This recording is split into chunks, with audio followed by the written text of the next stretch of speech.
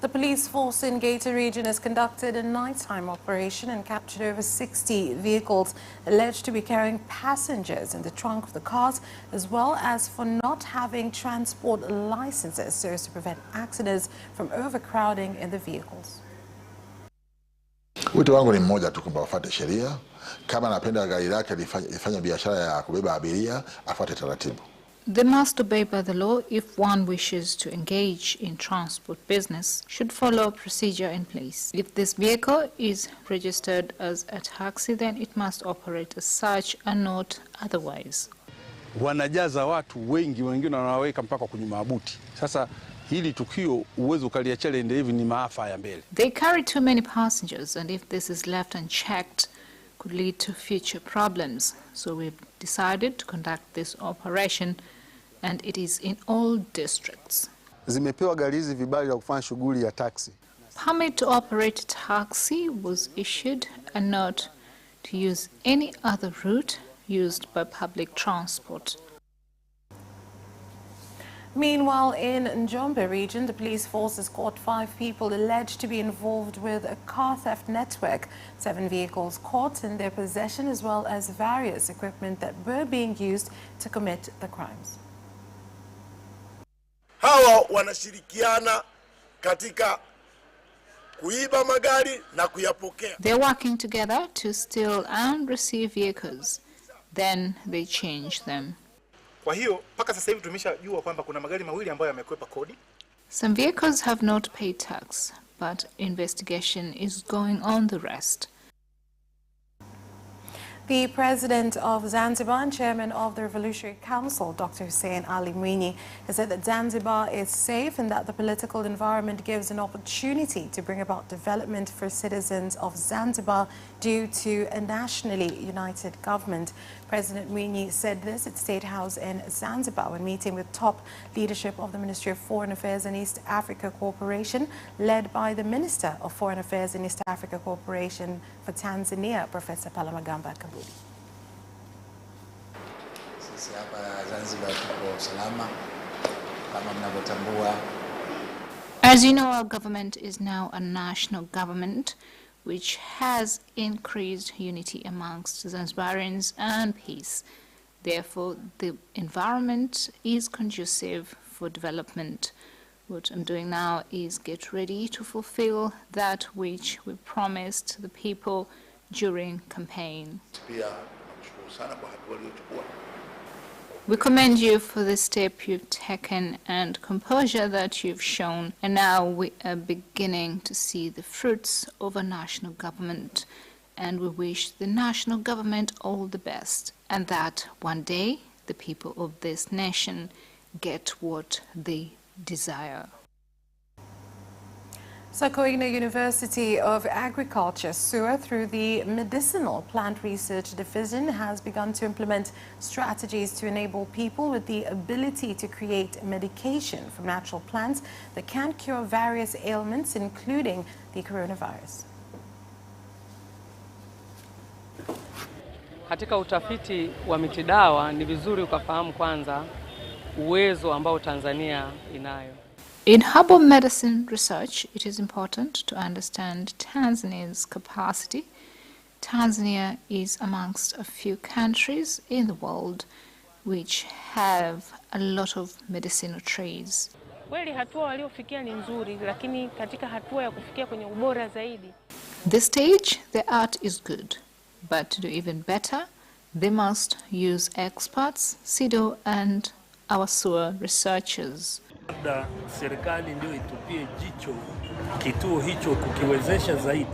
The government must enable the center more. I'm sure researchers are there. Perhaps the university doesn't have capacity to serve these people. The National Microfinance Bank NMB has donated 400 desks to Dar es Salaam region, with 150 out of those to be taken to Kingongo Primary School in Saranga Ward, Ubungo Municipal, which faces challenges in classrooms and desks, leading students to sitting on the floor.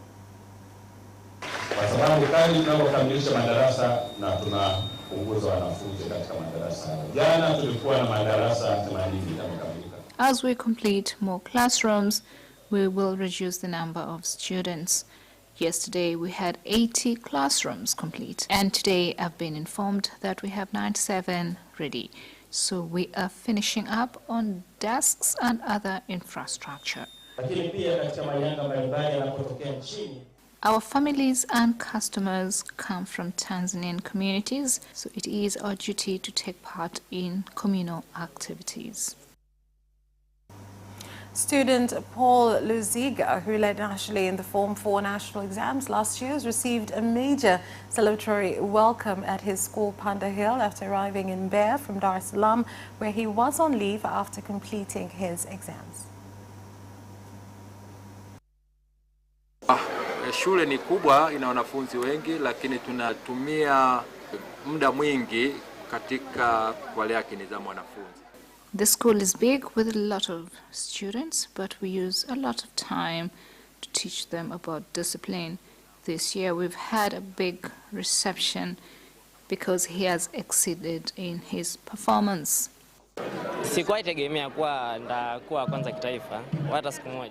I never expected to be the first nationally. I did not expect to receive such a big reception. I thank you. Matokeo haya yanatusaidia sisi hapa na kutumotivate Form 4 tuliopo sasa. This is motivating to those of us in Form 4 to do well. That is all for the national news. International news is next.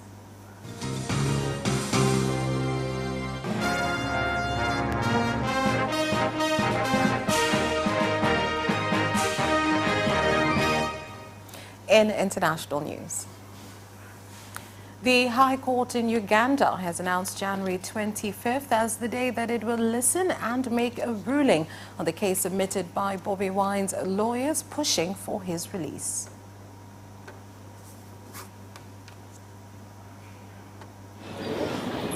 Most obliged. This is one of the many efforts.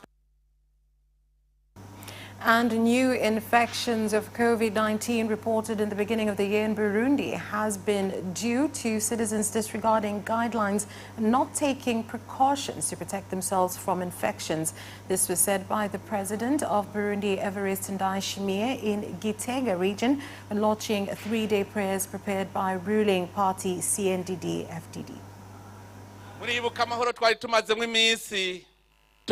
It was peaceful before the rise of coronavirus, when there was no cases, but things have changed now after failing to adhere to protective measures against the virus. That is why the number of infected people has gone up. All who were infected have all recovered. This means that God is with us. The United Nations Organization Stabilization Mission in the Democratic Republic of Congo, MONUSCO, said that they are currently working well with the DRC Defense Force in places with many citizens to preventing rebel attacks during fighting in the forests. Kuwepo sisi kwetu hapa ni muhimu sana kwa sababu hii hapa ni axis ya adui. Adui ndio njia yake kuu. Matambo is rebels' main route of attacking Hoicha. Our team's presence here is very important in protecting civilians. Before we set camps, Matombo was a war zone. Our situation was very bad because we had no one to protect us. That's where we leave off with international news. We'll be back with business news after this short break.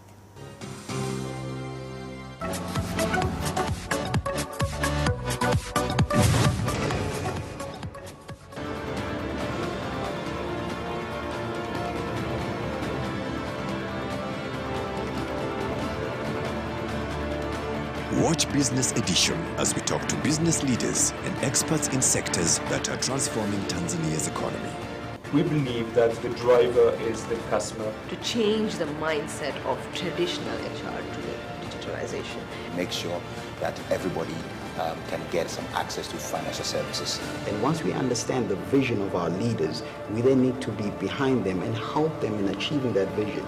Business have involved mercantile operations, trade guilds, or shared agricultural production, infrastructure, construction, financial sectors, tourism, and mining. Business Edition on Friday at 8:15 p.m.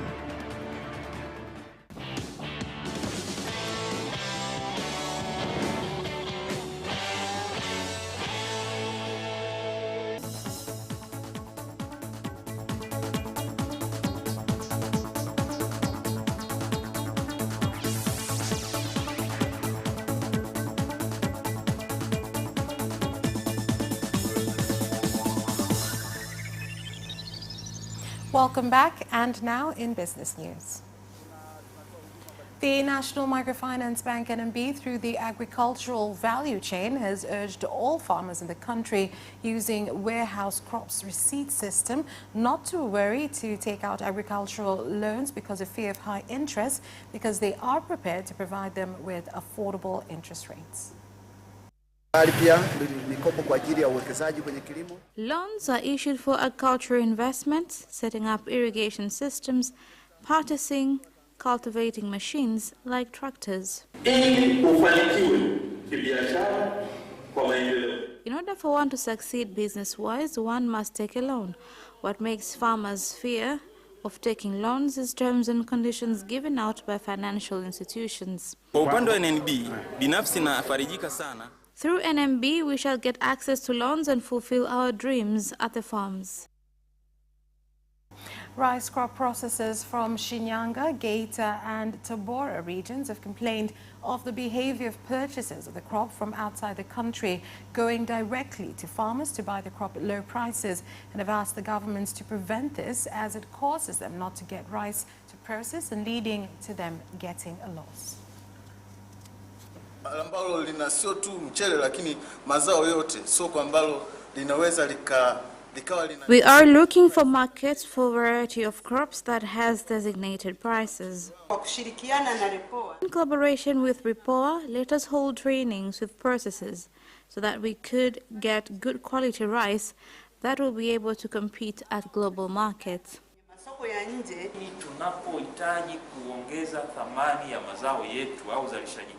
When we want to add value to our food products, we must be modern. Ruvuma region has, for the second year in a row, led in production of agricultural harvests in the 2019-2020 by producing over 1 million tons of harvests. Tani milioni 1,355,509. Over 1 million tons of food was harvested, while food demand is 466,172. Thus, Ruvuma region has excess of 886,337.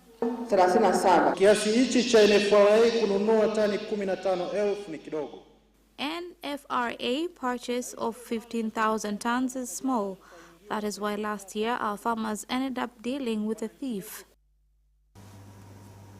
That's where we leave off with business news. Sports is next. Away first time, good start from Bolt. Bolt leading a moment of going away.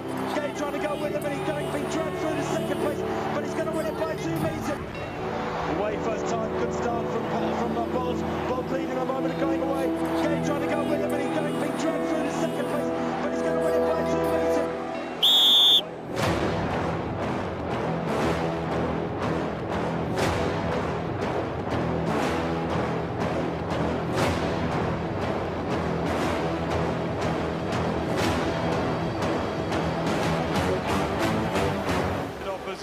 Joaquinho, he did lose to Lynn.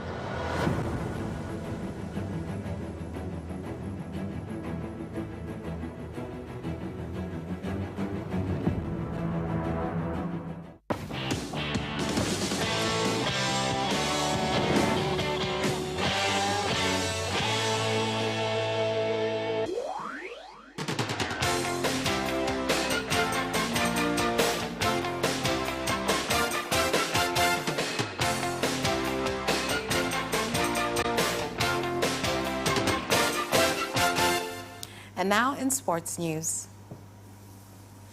Simba Sports Club has announced a new competition called Simba Super Cup that will take place from January 27th, involving TP Mazembe of DRC Congo and Al Hilal of Sudan. Yes. Tangaza mashindano mpya inaitwa Simba Super Cup. We are announcing a new competition called Simba Super Cup.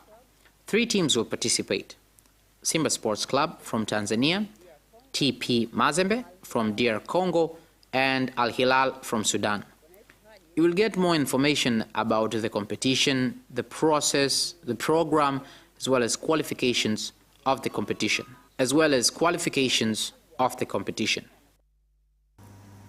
Despite the postponement of Cricket World Cup and Africa Championships by the International Cricket Council, Tanzania players have proceeded with training. Na pia unajua ile wakati ukiwaambia vijana mechi zimesongeshwa, ukiangalia kwa nyuso zao unaona ni kama wanagadhabika.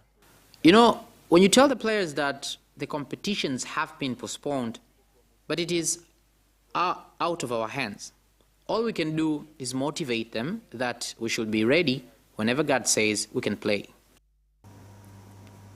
Kevin De Bruyne is set to see a muscle injury keep him out for up to 6 weeks, with Manchester City's immediate plans being rocked by that news.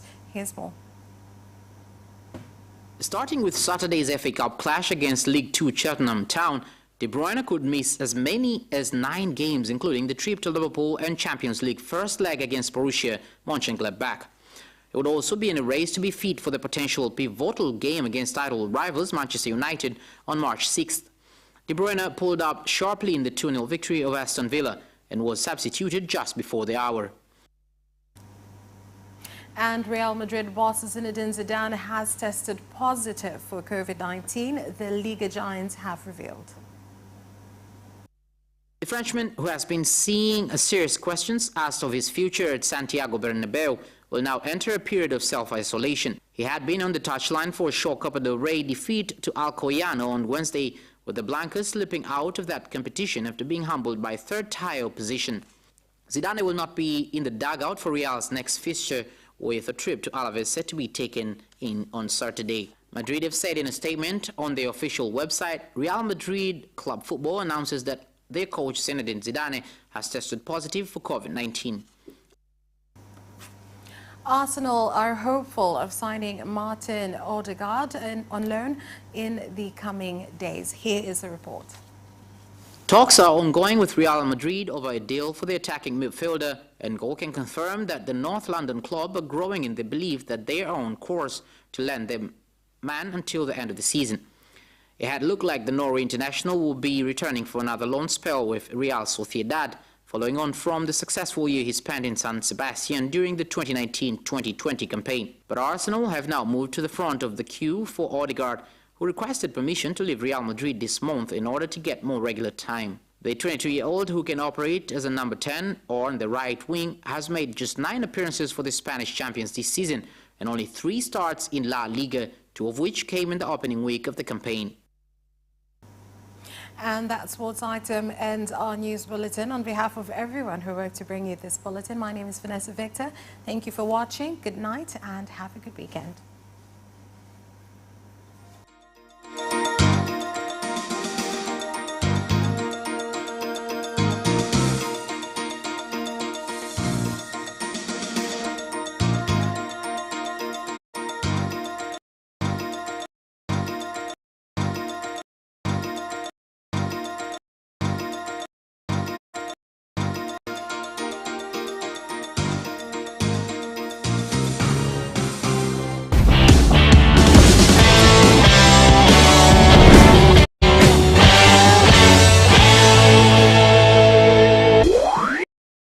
You can watch Capital News live on our social media accounts, YouTube Capital TV and Facebook Capital Television Tanzania from Monday to Friday at 9:30 p.m. Don't forget to subscribe and put notification on.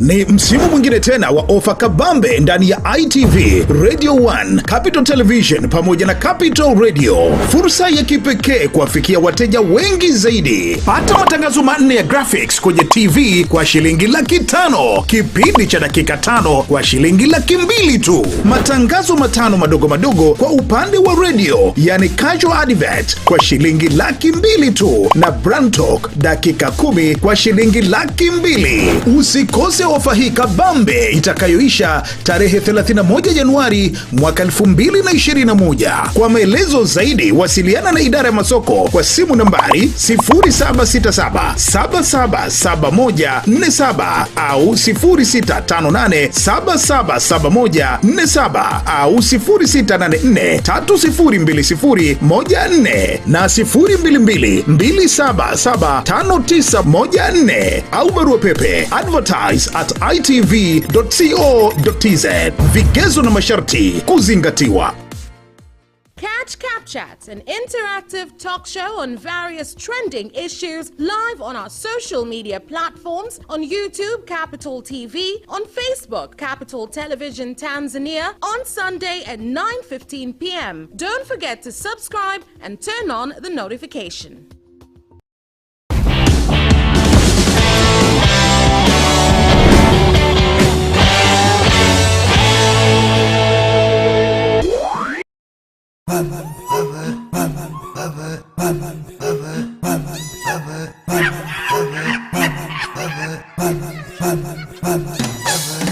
Welcome our visitor.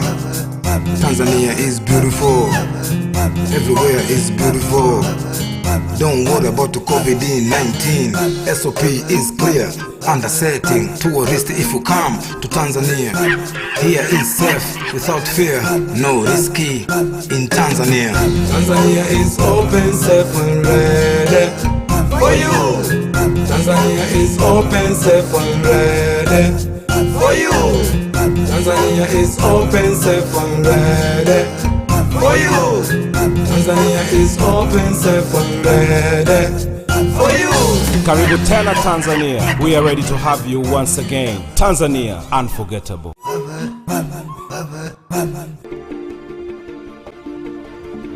There are very many international organizations in the country. Governments all around the world must collect taxes. Could be any country in the world, and we only get to hear what they do in Tanzania. Agriculture, in my view, is one of the main perspectives for our embassies and high commission operate in Tanzania and how Tanzania can benefit from the presence of this organization, of these embassies in the country. And you can only catch it on the Monday Agenda, which is aired every Monday 8:45 to 9:30 here on Capital Television. Stay tuned.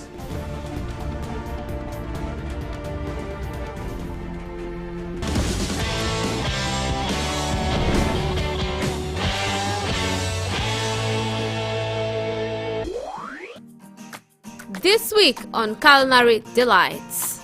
Now, breakfast is one among the most important meals of the day. It is the most exceptional meal that always must be considered when you wake up in the morning or even a day before. That what am I going to have the first thing when I wake up in the morning?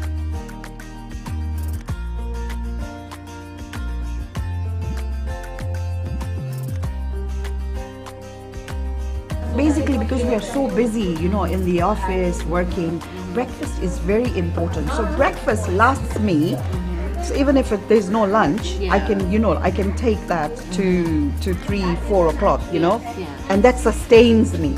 So breakfast is very important because you're not on an empty stomach. I think for me, my day doesn't start without a cup of coffee. On Sunday at 7:30 p.m. only on Capital Television.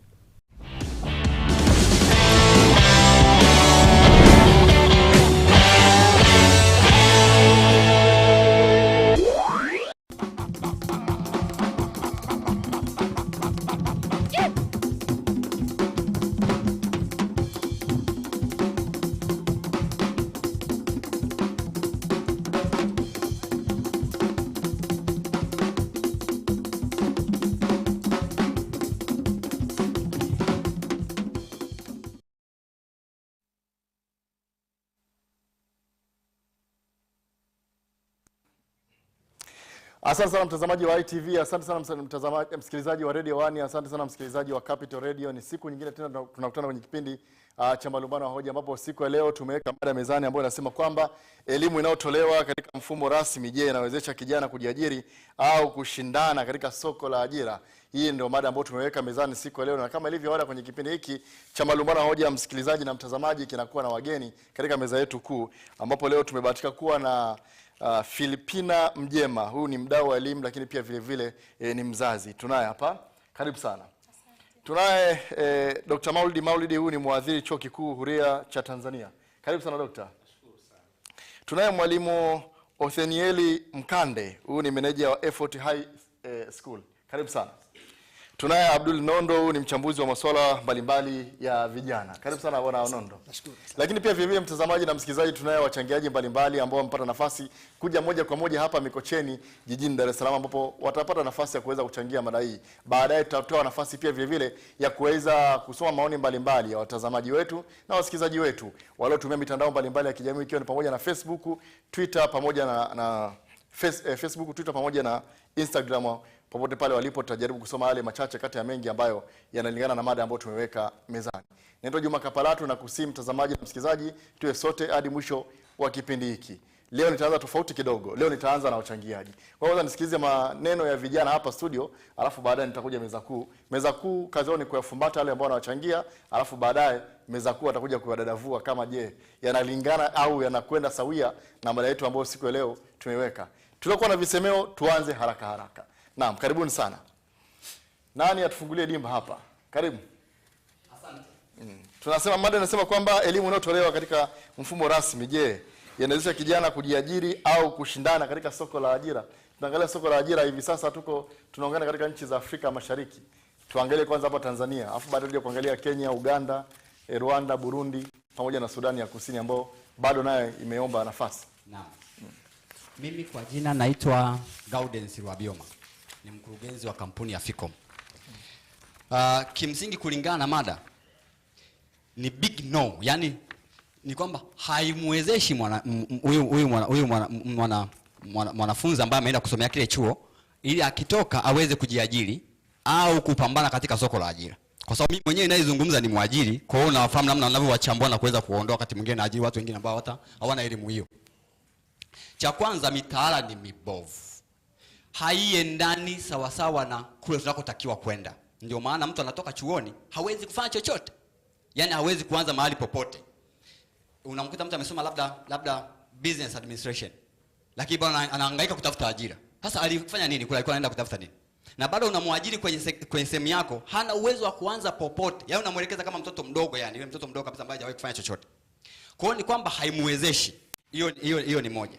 Lakini bado ni watu ambao yani hawana uwezo inatengeneza watu wasiokuwa na sifa za kuajiriwa. Yani hawana sifa totally. Kwa maana ya kwamba mtu anapokuwa anaajiriwa anataka mshahara. Ukimuuliza tu mshahara nataka nikulipe bei gani, anakutajia sawa sawa na level yake ya elimu yake, ila si sawa sawa na kazi atakayoifanya akiwa kwako. Yani unahangaika namna gani utaweza kumlipa kwenye level yake ya elimu ambao haiwezi kuleta matunda sawa sawa na hayo. Lakini jambo la tatu ni hili. Wale wanaowafundisha wao wenyewe wameshindwa kujiajiri. Yeye unafundishwa na mtu kitu ambacho yeye mwenyewe hawezi kukifanya. Unadhani unaweza kuperform vizuri? Yaani anayekufundisha hana kiwanda, anakwambia namna utakavyomiliki kiwanda, lakini kiwanda hajawahi kumiliki. Hiyo elimu haiwezi kumsaidia kwa sababu hana mahali popote pa kuangalia, na wewe anakutazama kila siku. Kwa hiyo ni kwamba hii mitaala ibadilishwe ili kusudi mtoto kuanzia darasa la kwanza akuwa akijua ya kwamba ninao uwezo wa hata kama nikishia darasa la 7 nina uwezo wa kupambana mtaani. Nikiangalia wakati bado niko mdogo kabisa, niko darasa la kwanza lakini na uwezo wa kufuga, nilikuwa na kuku 50 ambao nilikuwa nafuga mwenyewe. Sasa hivi kuna mwanafunzi amemaliza chuo kikuu lakini anaomba vocha nyumbani. Yaani anarudi nyumbani anakuwa kama yule kuku wa kukamata. Si mtu ambaye ana uwezo wa kujichambua mwenyewe na akaweza kuapply kile kitu ambacho amekitoa wapi? Chuoni. Na hata hivyo anaporudi tena mtaani anatakiwa apate elimu ya mtaani ndio imsaidie kuliko ile aliyopata wapi? Chuoni. Mimi elimu ambayo mtu anaifundisha chuoni miaka 3 naifundisha ndani ya siku 4 au siku 5 peke yake. Kwa hiyo ukiwachukua wale watu wa miaka 3 ukawakutanisha na watu ambao wamejifunza kwangu siku 5, ukiwaweka sehemu moja, wa kwangu anaweza kawa na uwezo mkubwa kuliko yule ambaye amefanyaje, ametoka chuo miaka 3. Asante sana. Tumpe mchangiaji mwingine tena tupate naye nafasi ya kumsikiliza. Karibu. Lakini wakati unatoa changamoto hizo au unatoa mambo hayo yaliopo, unatoa na suluhisho pia, kufanya nini katika kuimarisha sekta yetu ya elimu? Hasa tunaangalia kijana wa Tanzania kwa sasa kushindana katika soko la ajira. Bado tunaingia katika ushindani wa soko la Afrika Mashariki hapa. Naam.